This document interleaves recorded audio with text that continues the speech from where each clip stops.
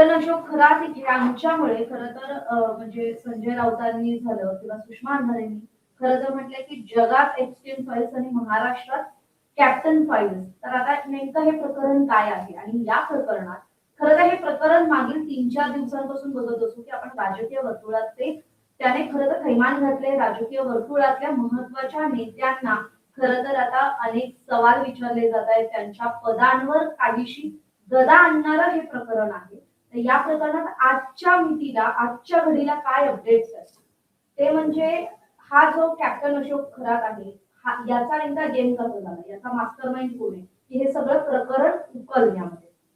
दुसरी महत्वाची गोष्ट म्हणजे या कॅप्टन अशोक खरातमुळे खरं तर राज्य महिला आयोगाच्या अध्यक्ष रुपाली चाकणकर ज्या कायम माध्यमांसमोर येऊन कुठल्याही महिलांवर अन्याय अत्याचाराच्या घटना घडल्या की त्या माध्यमांसमोर येऊन आपली प्रतिक्रिया देत असतात. पण ज्यावेळी खरं तर त्यांच्यावर टीका केली जाते, त्यांच्या पदाचा राजीनामा मागितला जातो, त्यावेळी मात्र त्या मागील काही दिवसांपासून माध्यमांसमोर आलेल्या नाहीयेत. त्यामुळे त्यांच्या एकूणच प्रतिमेला काहीसा धक्का पोहोचवणारी ही घटना आहे. आणि त्यामुळे मग आता सुषमा अंधारे ज्या शिवसेना ठाकरे गटाच्या नेत्या आहेत त्यांनी त्यांच्यावर टीकेचा आसूड ओढलाय.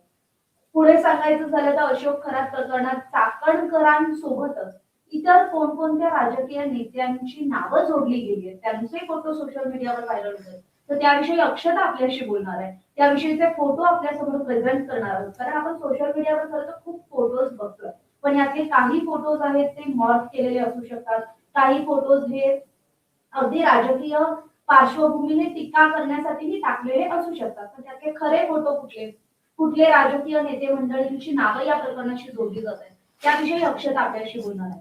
आणखी एक महत्वाची अपडेट जर सांगायची झाली तर याच प्रकरणात एक महत्वाची घटना घडली जी खरं तर मगाशी आम्ही ज्यावेळेस या लाईव्ह साठी आम्ही जेव्हा शोधाशोध करत होतो की नेमकं काय काय घडलंय, तर त्यावेळी अक्षताच्या निदर्शनास आलं की जी तक्रार अशोक खरातने केली होती तीच तक्रार त्यांच्यावर उघडली.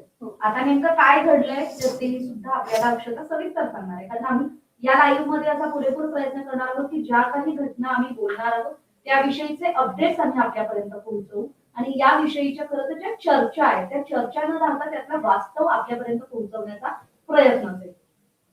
आता हे अशोक खरात प्रकरणाबद्दल आपण बोलतो, पण या व्यतिरिक्त राज्यात काय घडतंय तर सगळ्यात महत्वाचं म्हणजे आजच्या घडीला पश्चिम महाराष्ट्रात जर काही घडामोड घडत असेल तर ती म्हणजे सातारा जिल्हा परिषदेच्या अध्यक्ष उपाध्यक्ष पदाची निवडणूक जी अत्यंत रंजक झालीये. खरं तर तिथे सत्ता समीकरण वेगळी होती, राजकीय गणित गोळाबेरीज वेगळी होती, पण सत्तेच्या चाव्या या परत कमळाबाईंच्या हाती गेल्या, म्हणजे भाजपच्या हाती आल्या. तर त्या कशा गेल्या, तिथे कसं राजकीय गणित मांडण्यात आलं, तिथे कसे राजकीय रणनीत्यांनी डावपेच आखले गेले, त्याविषयी खरं तर मी आपल्याशी बोलणार आहे. आणि मग मराठवाड्यासारख्या भागामध्ये गारपीट अवकाळीचा पाऊस आलाय आणि त्यामुळे मग डाळिंब उत्पादक शेतकरी असेल, तिथला कांदा उत्पादक, गहू उत्पादक शेतकरी, या शेतकऱ्यांना मोठं संकट ओढवलंय.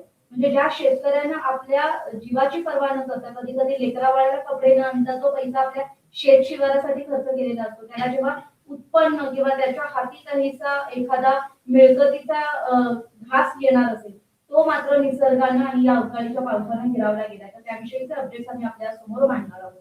त्यामुळे हे वेगवेगळे पैलू घेऊन आम्ही आता हे लाईव्हला सुरुवात करणार आहोत. खरं तर जे प्रेक्षक आता जोडले गेले असतील त्यांचं खूप खूप स्वागत. आणि आपण खरं तर आता या लाईव्ह मधल्या पहिल्या बातमीवरती सविस्तर बोलायला सुरुवात करूया.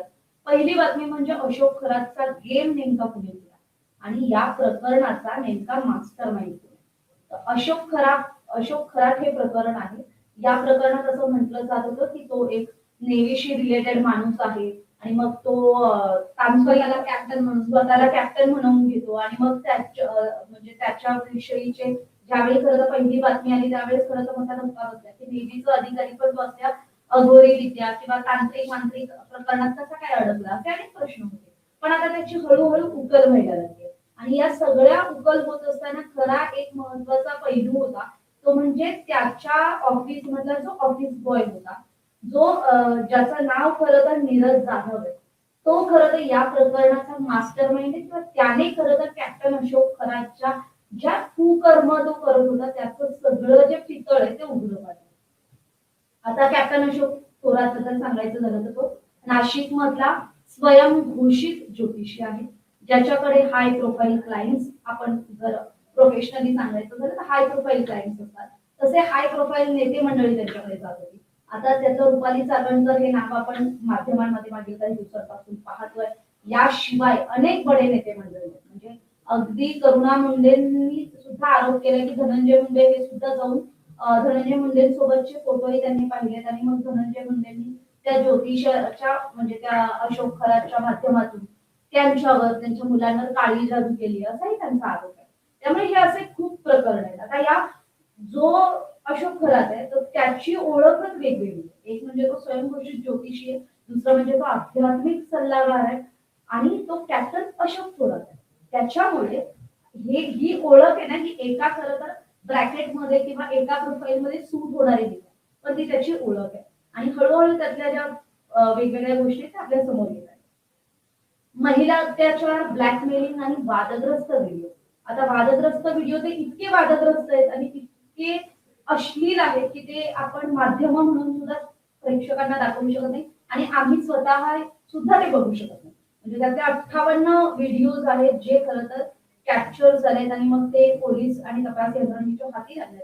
पण पुढे जाऊन हे 58 व्हिडिओ नाही तर त्याच्याहून अधिकचे व्हिडिओ असू शकतात अशी सूत्रांची माहिती. त्यामुळे आता हे अगेन सूत्रांच्या माहितीवर आपण नको बोलूयात, पण जे वास्तव आहे 58 व्हिडिओ हे खरं तर पोलिसांच्या हाती लागले आणि या प्रकरणात अशोक खरात ज्या महिलांचं शोषण करत होता याची माहिती सर्वात आधी नीरज जाधवला असायची आणि हा नीरज जाधव त्यांच्या नाश्ताच्या ऑफिसमध्ये ऑफिस बॉय म्हणून काम करायचा आणि याच आधारावर त्यानं खरातला खरं तर ब्लॅकमेल करायचं ठरवलं होतं.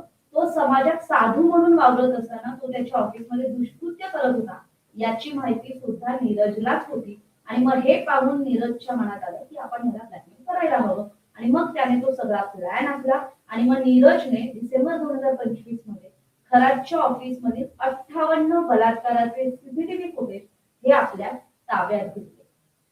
त्याने ते ताब्यात घेतले. त्यानंतर नीरजने या प्रकरणात काही मित्रांची मदत घेतली आणि मग या वादग्रस्त क्लिप्सच्या बदल्यात खरातकडे त्याने 5 कोटींची खंडणी मागितली आणि मग याला खरं तर त्या 5 कोटींच्या खंडणीला अशोक खरातनं दाद दिली नाही आणि मग त्याने नीरजने पीडित महिलांची मदत घेण्याचा प्रयत्न केला आणि मग त्याने शिर्डीतल्या एका 24 वर्षीय विवाहित महिलेचे मॉर्फ केलेले फोटो आणि व्हिडिओ तिलाच व्हॉट्सअपवर पाठवले आणि मग हे सगळं प्रकरण पुढे उघडकीस आलं.